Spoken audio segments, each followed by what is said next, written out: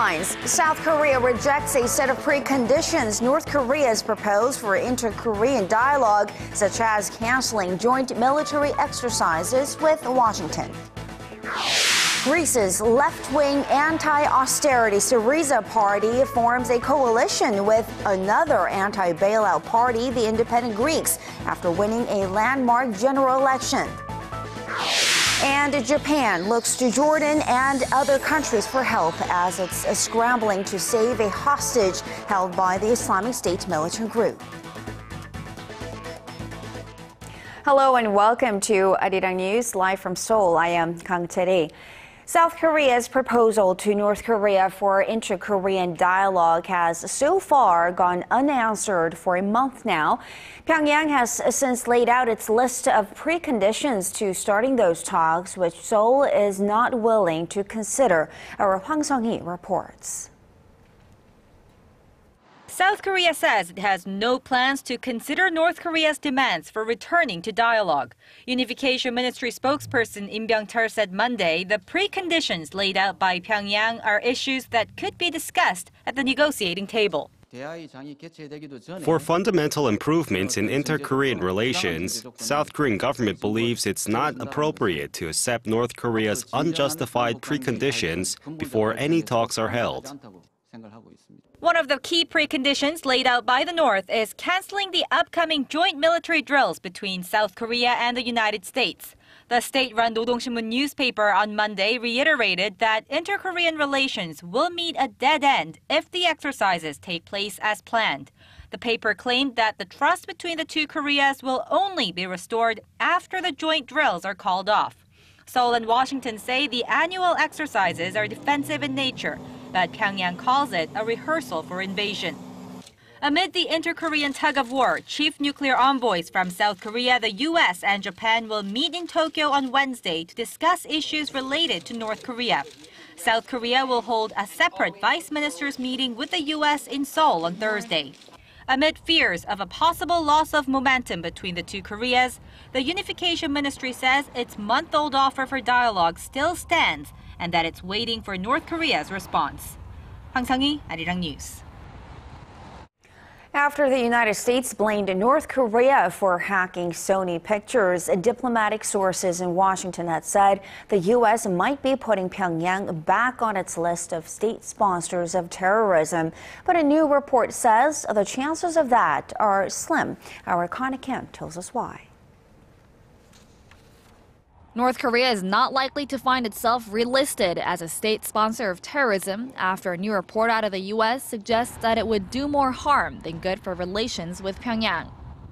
The U.S. Congressional Research Service says the move would have little economic impact but would hurt international relations.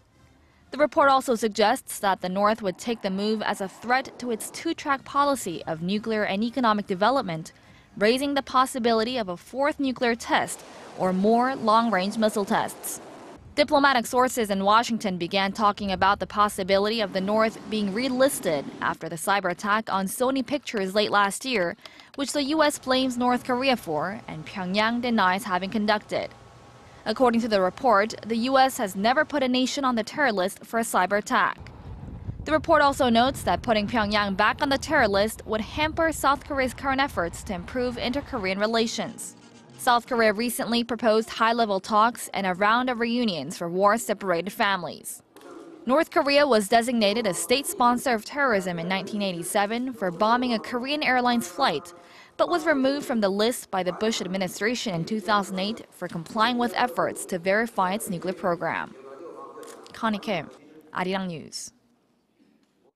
With this year's policy goals set, President Park Geunhye is speeding up her office shakeup. She's expected to announce a partial reshuffle of her cabinet sometime this week.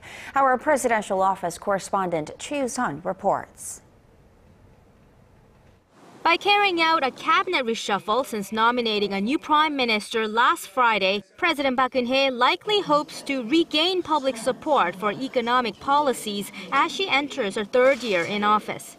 The president's approval ratings dropped to an all-time low of 30% following allegations of her aides abusing their power and disorder surrounding a document leak from the presidential office. The pending reshuffle, expected to come early this week, will most definitely include a new oceans minister.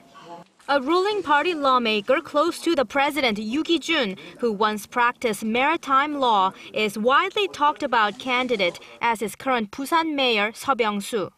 The shakeup could also include the unification and transport ministers, both of whom enter the cabinet after President Park's inauguration. The president has repeatedly spoken about improving inter-Korean ties this year, the 70th anniversary of the division of the two Koreas, and looks set to add momentum to our unification preparation drive. The transport minister could be dismissed after the government was criticized for its investigation into the recent nut rage incident on a Korean Air flight. But the cabinet's economic team, led by Finance Minister Cheong Wa Dae, will likely stay put to enforce the president's economic revitalization plan and public pension and labor reforms. As for the presidential chief of staff Kim Ki-chun, some speculate he could resign sooner than later, as both the cabinet and presidential office shakeups are expected to be completed by next month. Choi Yu-sun, ARIRANG News. And now a revelation about the man who made the bomb threat to the presidential office of Cheong Wa Dae over the weekend. The man is the son of an aide of a 5-term lawmaker and current National Assembly Speaker Cheong Wa Dae. The suspect is in his 20s and is currently living in France. He was discharged from the army and previously underwent treatment for some form of mental illness. His father, Cheong's aide, reportedly went to France on Friday to see his son after resigning from his post. The suspect threatened to bomb the presidential office on Sunday. He is the same person who tweeted threats that he would bomb the private homes of President Park Geunhye and her chief of staff, Kim Ki-chun, on January 17th.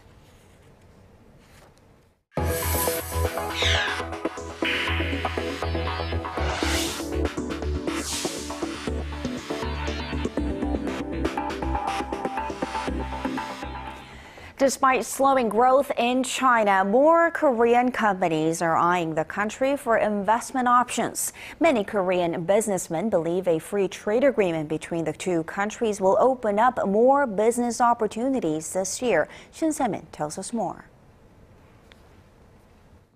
Korean companies' investment in China hit an 8-year high last year, even as Korea's exports to the world's second-largest market fell. The Korea International Trade Association said Korean companies spent nearly $4 billion in China to set up plants, open shops, or expand businesses in 2014, up 30% from the previous year. That brought to $60 billion the cumulative investment in China by Korean companies. The rise compares with a 39% fall in investment there by Japanese companies last year. Officials at the trade association say Korea's shipments to China, which account for about a quarter of the country's overall exports, fell for the first time in 5 years last year.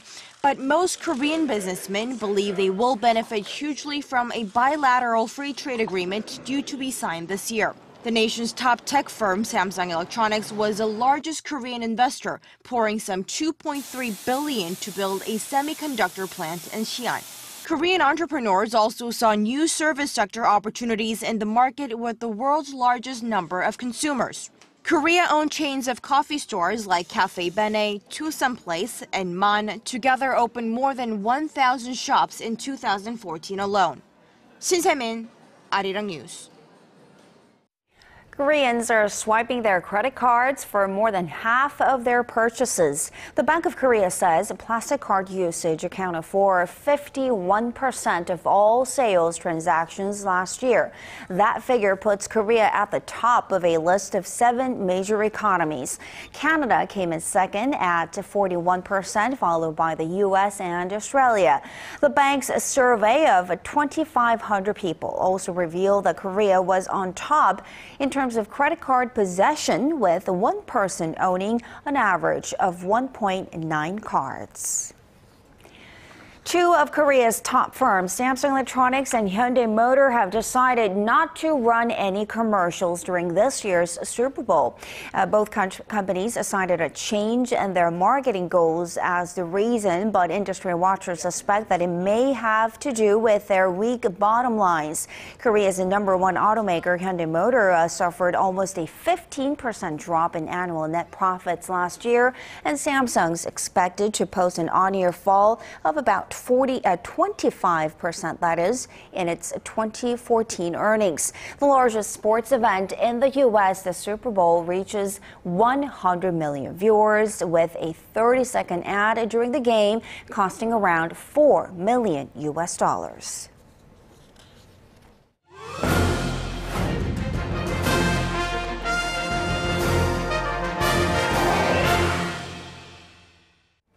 Koreans have become much more adventurous when it comes to trying out new beers. And with that, we've been seeing some rise in beer imports in recent years. And with this rising popularity of imported brands, local breweries are busy improving the quality of their own products and trying to expand overseas. Here is our Kim Hyun-bin with this week's Industry Insight. Many Koreans love a nice cold beer or two after a long day or week in the office. Their choice used to be limited to mostly Korean beer. But now you can easily find beers from all four corners of the world, even in a regular grocery store, like this. Not too long ago, it wasn't all that common to see imported beers on store shelves in Korea. But in recent years, imports have been swelling. Foreign brands like Asahi, Heineken, and Guinness, to name but a few, are stacked high and wide. The imported beer trend started to take off in Korea in the mid-2000s and has been intensifying ever since. Top dog at the moment is Asahi. The Japanese beer has been number one in the imported beer market in Korea for the last 4 years and continues to widen its base of loyal customers in Korea with its crisp and refreshing taste. We wanted to differentiate the taste of our beer from our competitors, and I believe that has been appreciated by our customers. We expect sales to keep growing. Last year, Asahi imported over 26,000 tons of beer into Korea, triple the amount it imported in 2010. Overall, beer imports to Korea topped $100 million in 2014, jumping 24% from the previous year. Korea exported around $73 million of beer, leaving the country with a deficit of almost $38.5 million last year. So why are Koreans increasingly choosing imported brands over old local favorites like Obi, Cass, and Hite? Korean consumers are going from high alcoholic content beverages to low, so beer sales are increasing across the board. Tastes have broadened too, as more people travel and study abroad, so they become fond of the beers they tried overseas. Feeling the heat, Korean breweries have been rolling out fresh brands that are quite the departure from their original beers. In the case of Obi, it released 2 different brands last year and upgraded its premium Obi beer to give it a deeper taste. Local beer companies are also developing new flavors to adapt to the changing tastes of the Korean consumer. Given the surge in number of domestic and foreign brands in Korea, Korean beer makers are looking overseas to make up for their weakening sales at home. Korean breweries exported $4.5 million of beer to Iraq last year, becoming the Middle Eastern country's third largest supplier. Hite's Chinlo, which began exporting to Vietnam in 1966, now ships to some 60 countries. And OB is expanding its overseas markets, including Mongolia, Hong Kong, and Australia. Kim Hyun-bin, ARIRANG News. Some say passion for education played a significant role in Korea's rapid industrialization in the decades after the Korean War. While the Korean education system has been hailed internationally, there are a number of areas where it's falling short of expectations. And our Chi Myung-gil sat down with Seol Hun, chairman of the National Assembly's Education Committee, for his take on this issue. U.S. President Barack Obama has praised Korea's fervor for education. However, many say Korea's education system is in need of reform. What do you see as the main problems with the system? 교육열은 높지만 교육 시스템도 잘 구비되어 있느냐? 그건 또 아니라고 생각합니다. 한국 교육의 시스템은 여러 가지 문제가 많이 있습니다. 특히 대학이 학벌 중심으로 되어 있는 우리 사회이기 때문에 대학이 서열화되어 있습니다. 서울대학을 정점을 해가지고 인류대학으로 쫙 되어 있고 인류대학에 들어가기 위해서 온갖 노력들을 다 합니다. 그래서 이제 사교육 문제가 엄청난 사회적 문제로 나와 있죠. 이 문제를 어떻게 극복할 것이냐, 이게 우리가 풀어야 할 교육 문제, 그리고 또 우리 나라의 문제 이렇게 되어 있습니다. You've emphasized improving the public education system, as private tutoring has become a major problem in Korea, with parents spending more than $17 billion on private education every year. So what needs to be done? 지금 우리가 사교육이 어느 정도 규모가 되는지 측정이 잘 안 되는 면도 있어요. 대충 공교육에, 저는 그렇게 생각합니다. 공교육의 미니멈 3분의 1은 될 것이다. 공교육 예산에. 뭐 30조냐 40조냐 이런 다툼도 있어요.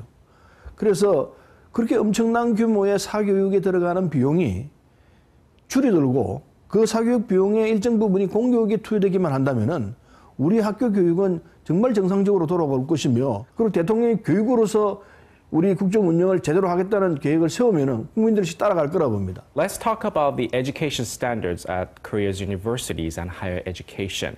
Do you think these institutions are providing quality education, and why or why not? 우리나라의 이 대학들이 갖고 있는 이 조건들을 살펴보면은 서울대학만 하더라도 좋아요. 이를테면 대학 각 대학마다 대학 평가하는 내용들이 있는데 그 내용들을 보면 뭐 대체로 50위 안에 들어가는, 서울대학을 대학원 중심 대학으로 바꿔놓으면은 학벌 위주의 이 우리 사회에 있는 정점이 무너지면서 이게 좀 다른 형태의 그 대학 서열화가 정리될 것 아닌가. 그리고 전국에 있는 국립대학들이 다 같이 한 틀로 묶여내는, 이를테면 파리에 있는 대학들처럼 이렇게 정리를 해내면은 적어도 대학 서열화 그리고 학벌 위주 사회가 깨지는 단초는 될 것 아닌가. What are your short and long-term goals as the chairman of the Parliamentary Committee for Education, Culture, Sports and Tourism? 단기적인 내년도 문제부터 해서 이 수능 문제를 정비해서 대학이 제대로 된 이 학생들을 뽑을 수 있게끔 시스템을 만들어주는 것이고, 장기적으로는 아까 말씀드린 대로 교육을 통해서 이 대한민국을 세계 속의 대한민국을 이끌어내는 이 시스템을 찾아내는, 국민 동의하에 찾아내는 이 작업을 해야 할 거 아닌가 하는 생각을 해요.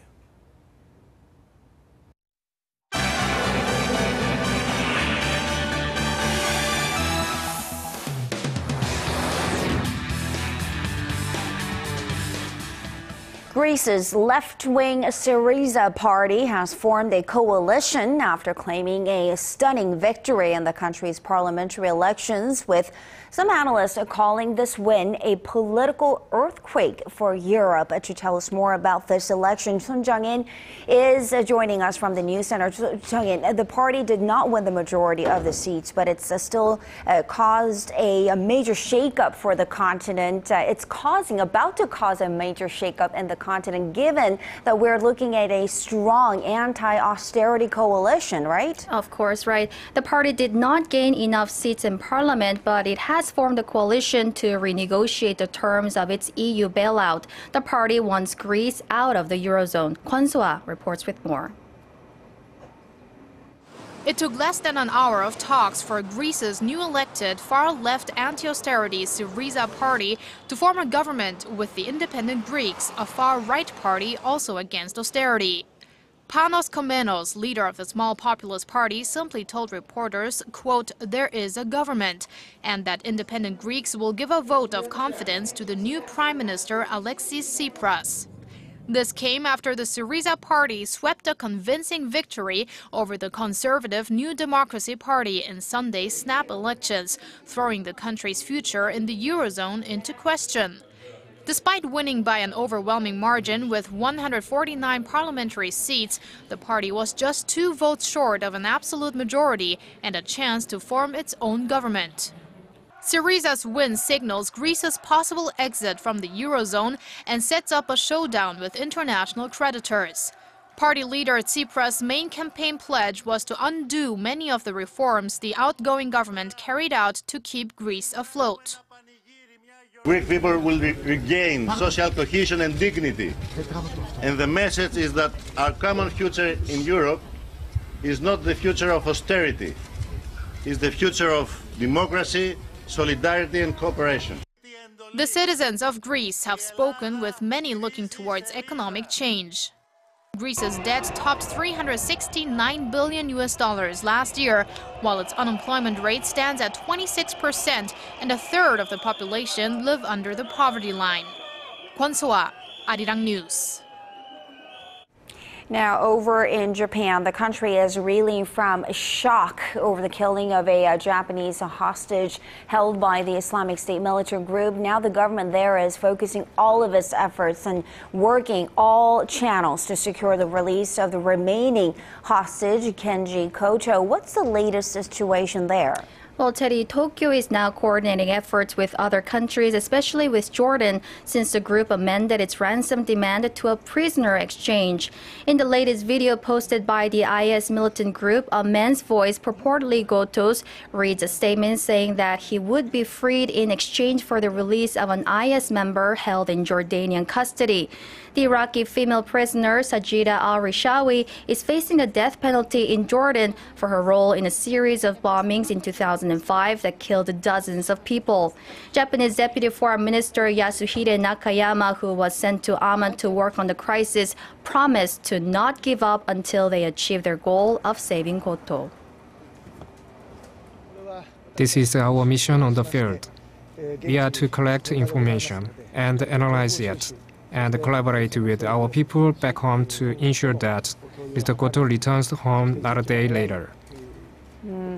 Let's hope for the safe return of the remaining hostage. Now let's shift gears a little bit. The U.S. and India have declared an era of new trust as these two countries renewed a 10-year defense pact after resolving some of the differences. That's right. On his first day of a 3-day visit to India, U.S. President Barack Obama and his counterpart, Indian Prime Minister Narendra Modi, reached an understanding on two issues: the liability of suppliers to India in case of a nuclear accident and tracking the whereabouts of American-supplied fuel. Obama, participating in India's Republic Day celebrations as a guest of honor, a first for an American president, hailed the accord. Today we achieved a breakthrough understanding on two issues that were holding up our ability to advance our civil nuclear cooperation, and we're committed to moving towards full implementation. And this is an important step that shows how we can work together to elevate our relationship. This new deal will unlock billions of dollars in nuclear trade between the two countries. The two leaders also expressed concern about North Korea's nuclear and ballistic missile programs and urged Pyongyang to comply with international obligations and its own denuclearization commitments. Now, let's finishing things off on a pretty lighter note today. Stars were shining on the red carpet ahead of the Screen Actors Guild Awards, SAG Awards in Los Angeles. Who were the lucky winners of the night? Well, the dark comedy Birdman topped the annual SAG Awards, winning Best Ensemble Cast in a Motion Picture. And in the acting honors, Eddie Redmayne won the Best Actor award for his portrayal of theoretical physicist Stephen Hawking in the movie The Theory of Everything. Meanwhile, Julianne Moore, who swept most of the award season honors for her portrayal of a woman suffering from Alzheimer's in Still Alice, took the Best Actress prize. Patricia Arquette garnered a trophy for Outstanding Female Actor in a Supporting Role for the movie Boyhood, and fellow Golden Globe winner J.K. Simmons of Whiplash took home Best Supporting Actor. Teddy? All the big names shining there. All right, Jung-in, let's leave it there for now. Thank you so much for those updates, and we will see you again in just about 2 hours.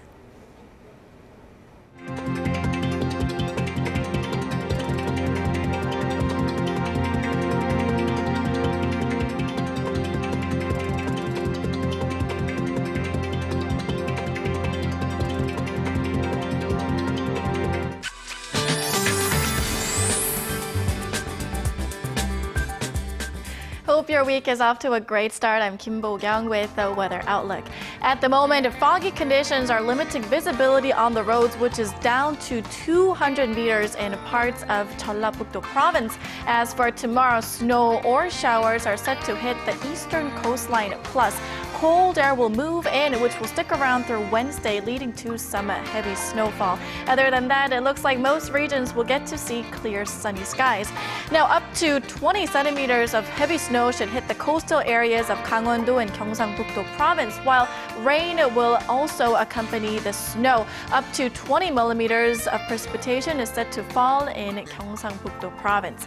Now, moving on to the readings, Seoul only makes it to 1, Daegu hits 6, Gwangju hits 4. Meanwhile, the high in Jeju reaches up to 7, Dokdo 5, Mount Kumgang hits -7. Those are the updates we're following on this Monday evening. I'll see you next time. Thank you very much, Pyongyang, and that will do it for this edition of ARIRANG News. Thanks for watching, and I'll see you back here in about 9 minutes' time for Primetime News. Join us then.